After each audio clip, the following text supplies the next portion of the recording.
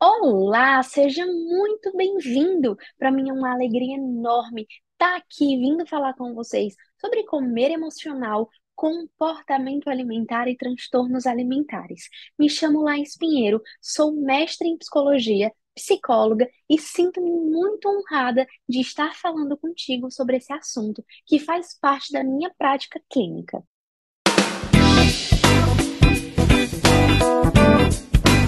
Bom, inicialmente eu gostaria de falar com vocês sobre o comportamento alimentar. Por que comemos o que comemos? Como que são as nossas escolhas relacionadas à alimentação? E para isso, para nós conseguirmos definir o comportamento alimentar, três grandes fatores devem ser levados em consideração: o fator filogenético, o fator ontogenético e o fator cultural. Lembrando que para nós conseguirmos identificar esses aspectos, é importante levarmos em consideração que essa é uma separação didática. Nós não vamos conseguir separar esses três níveis na nossa vida, mas didaticamente nós precisamos diferenciá-los para conseguirmos compreender como que o comportamento alimentar funciona. Então, vamos lá. O primeiro deles é o nível filogenético, ou seja, o alimento ele é naturalmente aperitivo, porque nós precisamos dele para nos mantermos vivos. Então, efetivamente, o alimento ele se torna algo atrativo para nós, já que nós precisamos dele pela nossa sobrevivência. Então, o fator filogenético diz respeito que desde o nosso primeiro dia de vida até o dia atual, nós precisamos do alimento para nos mantermos vivos, para termos energia, para, de certa forma, aquele alimento ele vai fazer uma grande diferença ali em como nós vamos até lidar com as nossas atividades diárias, porque sem um alimento a gente não vai ter uma energia necessária para viver o aqui e agora, para conseguirmos efetivamente ter aquele movimento rumo às nossas atividades. E aí, gente, eu gosto de para falar um pouquinho sobre o fator filogenético, de usar muito o exemplo de um bebê. Por exemplo, imagina só que um bebezinho, ele precisa do leitinho dele, ele precisa daquele alimento. E aí, nesse momento, a gente percebe a mãe, quando vai dar o leite para o bebê, que ele come até ele estar saciado. O neném, ele não vai tomar o leitinho para além da sua saciedade. Ele vai tomar até onde lhe é permitido, até onde ele aguenta. E no momento em que ele está saciado, ele logo para. E por vezes, esse fator, ele é perdido ao longo do tempo. Para um bebê, é muito natural que ele consiga reconhecer os seus sinais de fome e os seus sinais de saciedade.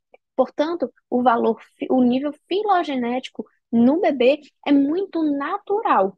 É muito natural que ele encontre ali o alimento como atrativo, porque ele vai trazer energia, ele vai trazer aquele conforto de suprir a sua fome naquele momento, mas apenas isso. Então, conforme o tempo vai passando, nós vamos dando outros significados para a comida. Ela já não mais vai ser aquela comida que, puxa, eu vou comer porque eu tô com fome, eu vou comer porque eu preciso comer. Mas não. Por exemplo, eu vou comer porque eu aprendi que essa comida aqui ela pode trazer um afago para mim em um momento difícil. Ela pode me ajudar a vivenciar um momento ali de ansiedade, por exemplo. Ela pode ter outros significados para além desse significado inicial, que é suprir a fome fisiológica. Então, imagina só, se hoje eu te perguntasse assim, você conhece, você tem algum alimento que você considera como primordial assim na tua história de vida? Algo assim que te lembra a tua família, algo que te lembra os teus amigos.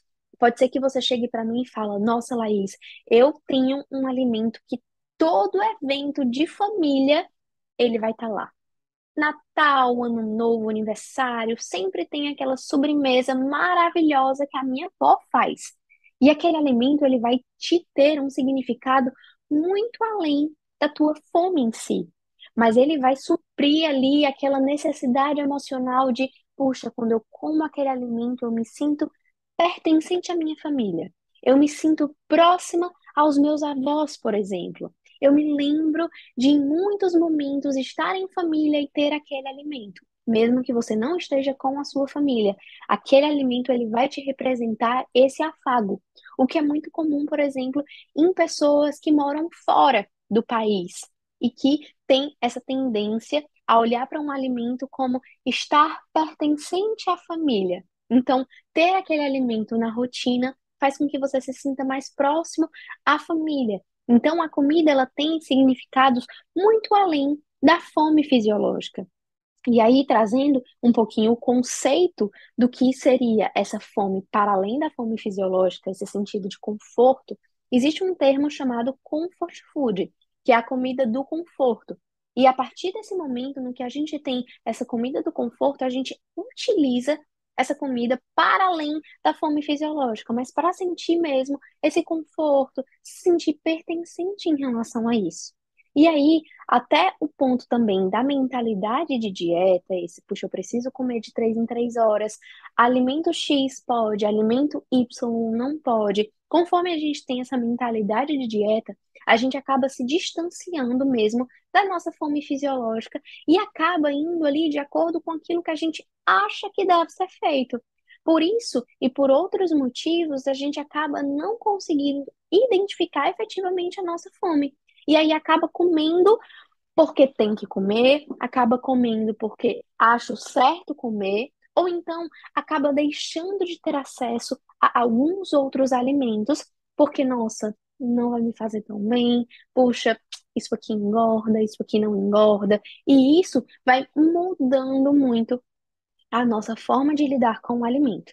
E aí, gente, com tudo isso, eu trouxe um pouquinho o valor filogenético, o nível filogenético, como que esse nível filogenético ele ocorre, ele surge e como ele pode ser modificado ali ao longo do tempo.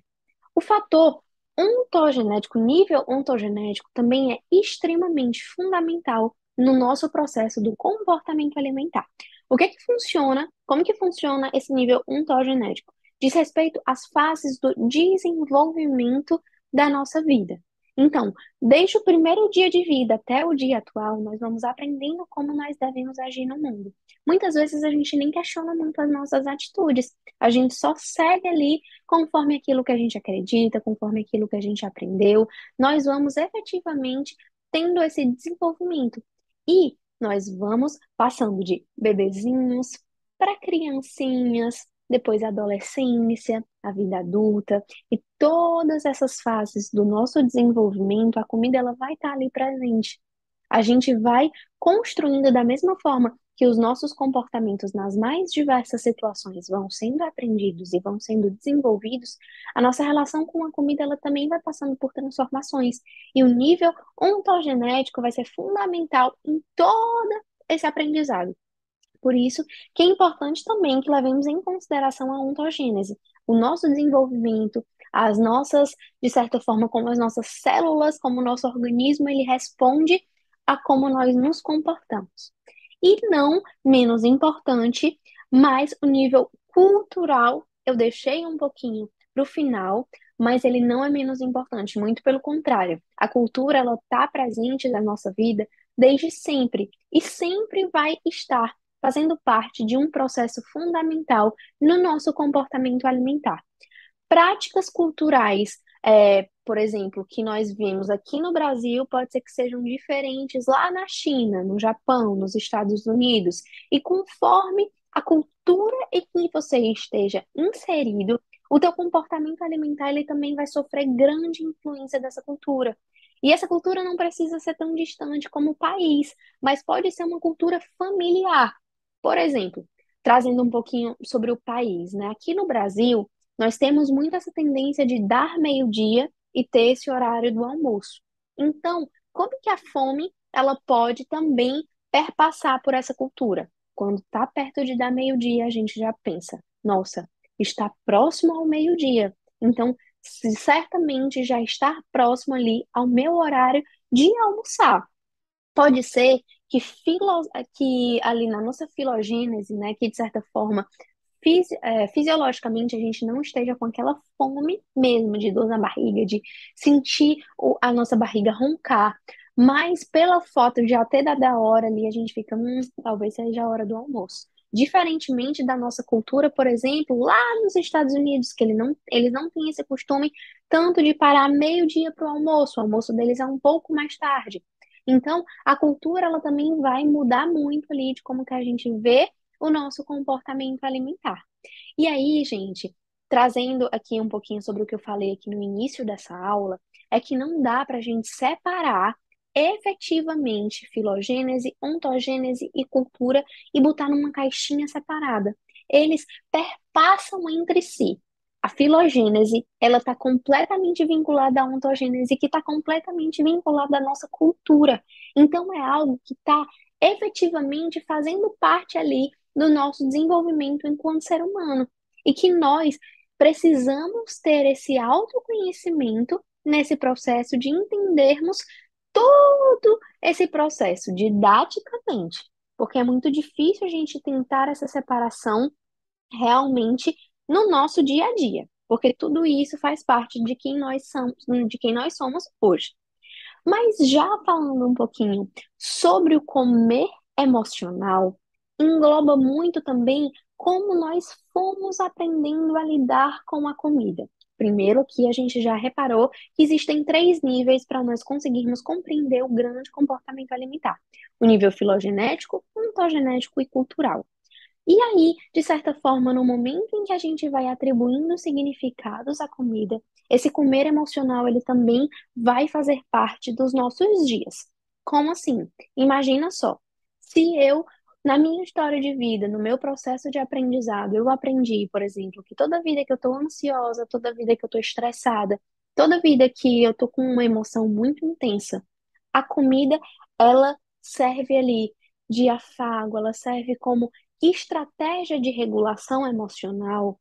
É natural que todas as vezes que você passar por uma situação na qual você logo tiver ali uma emoção muito forte, é natural que você logo escolha a comida como forma de lidar com aquela situação. E para isso eu queria trazer um pouquinho o nosso cérebro, o nosso lindo e amado cérebro. O cérebro, ele tem duas grandes funções na vida dele: evitar sofrimento e buscar prazer. Então, frente a várias situações nas quais nós vamos viver no nosso dia, pode ser que o cérebro ele entenda, puxa, eu quero evitar o sofrimento ao máximo e eu quero buscar prazer frente a toda situação na qual eu viver. Então, imagina se está passando por uma emoção muito intensa naquele momento e o teu cérebro ele entende, nossa, eu vou me esquivar dessa situação porque eu não quero lidar com esse sofrimento. Em contrapartida, eu preciso buscar um prazer em relação a esse aspecto. Muitas vezes, a curto prazo, a alimentação ela vai ser vista como um prazer momentâneo. Por quê? Realmente é gostoso, realmente o açúcar ele traz essa energia momentânea. Então, conforme você for colocando em prática esse prazer a curto prazo, pode ser que esse comportamento ele venha a ser aprendido e que toda vida que você passe por uma situação estressante, você utilize a comida como forma de lidar com essa situação.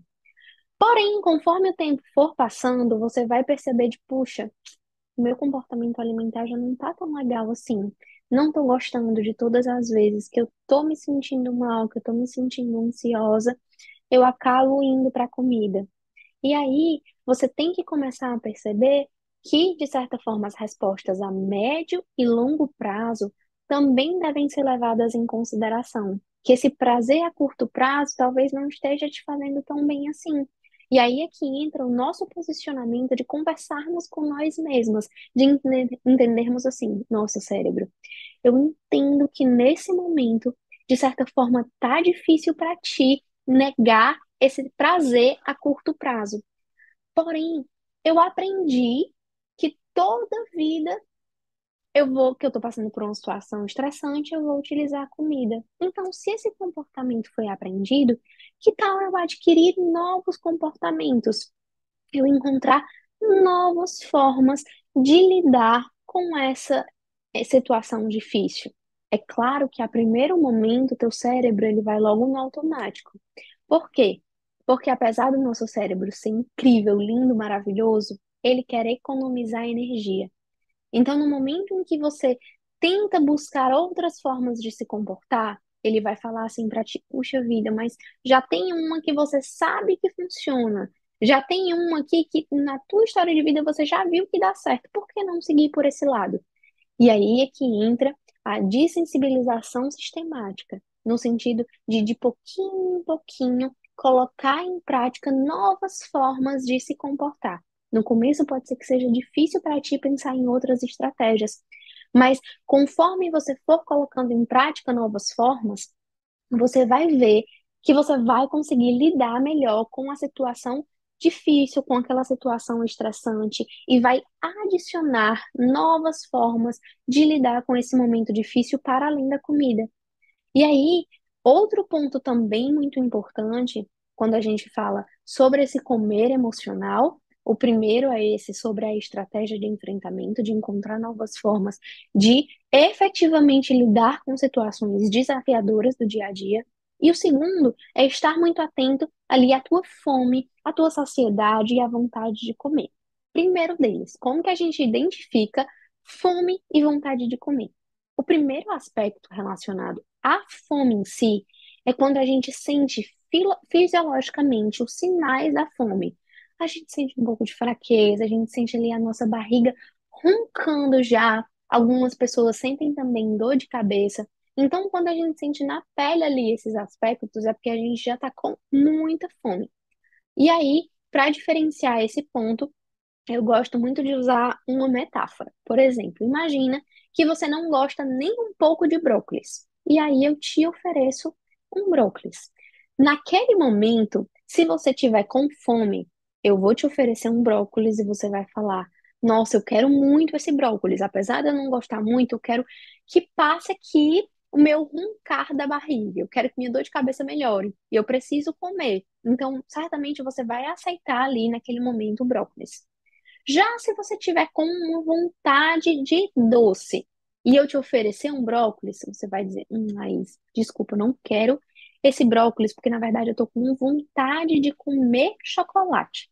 Ou seja, fisiologicamente, você não vai estar precisando de um nutriente, você não vai estar precisando de um alimento em si. Mas o teu organismo ele está precisando de um doce, ou seja, algo bem específico. A fome não é específica. A fome você só quer que passe a fome. Você quer um alimento para cessar a fome. Na vontade, existe um alimento em específico para suprir ali a tua vontade naquele momento. E porventura, imagina que você tá ali com um chocolate e você come além do que você gostaria. Você estava com muita vontade do chocolate, mas possivelmente você não precisasse daquele nível do chocolate, daquele intenso chocolate na tua vida. E para isso entra o mindful eating, que pode te ajudar demais nesse desenvolvimento do comer emocional. Como que funciona o mindful eating? A princípio, a gente relaciona o mindful eating à atenção plena no ato de comer, ou seja, de estar realmente atenta àquele momento. O que que você pode vir a fazer? Tá aqui uma barra de chocolate e você tá com vontade de comer chocolate. Você não vai deixar a barra logo ali na tua frente. Você vai pegar um pedacinho de chocolate específico, vai guardar a sua barra e vai entrar em contato com aquele momento, com o prazer relacionado a comer aquele chocolate, a entrar em contato com o que aquele chocolate vai produzir nos teus dias e vai produzir na tua vida. Os sentidos, você vai pegar o chocolate, colocar assim o chocolate no teu nariz, vai sentir o que aquele chocolate tem, o aroma que aquele chocolate tem. Você vai depois colocar um pedacinho daquele chocolate na boca e vai sentir realmente como que você tá se sentindo ali com aquele chocolate na boca. Depois você vai comer. Porque o que que acontece? Muitas vezes, quando o alimento ele já está ali na nossa frente, é comum, imagina, você tá ali com uma barra de chocolate na frente. É natural que você só vá comendo ali, ó, o tempo inteiro aquele chocolate sem reparar muito na tua fome, na tua saciedade, mas você vai ali no automático. No momento em que a gente faz um exercício de atenção plena no ato de comer, a gente está inteiramente conectado naquele momento com aquele prazer daquele chocolate. E pode ser até que você coma menos do que você comeria se você estivesse no automático, porque Imagina, a gente está com a televisão ligada, com o celular ligado, são muitos estímulos naquele momento. Talvez a alimentação ela fique em segundo plano. No momento em que você se conecta realmente com o momento presente, que você consegue vivenciar aquilo, você consegue estar atento à tua fome, estar atento à tua saciedade, e aí, de certa forma, no momento em que você come dois quadradinhos de chocolate, dessa forma, com atenção plena, você pode dizer, tô satisfeita. Não preciso de mais. Eu consegui matar o meu desejo ali do doce sem comer mais do que eu gostaria. Respeitando a minha fome, respeitando a minha vontade de comer, tendo essa atenção plena no ato de comer. Então, como é importante que nós estejamos conectados com o nosso organismo, conectados conosco em todo esse processo. Esse foi um pouco sobre o comportamento alimentar, sobre o comer emocional. Espero que tenha sido tão prazeroso para te ouvir como foi para mim agora falar para vocês. Contem comigo no que eu puder ajudar vocês, eu tô por aqui. Te encontro na próxima. Um beijo.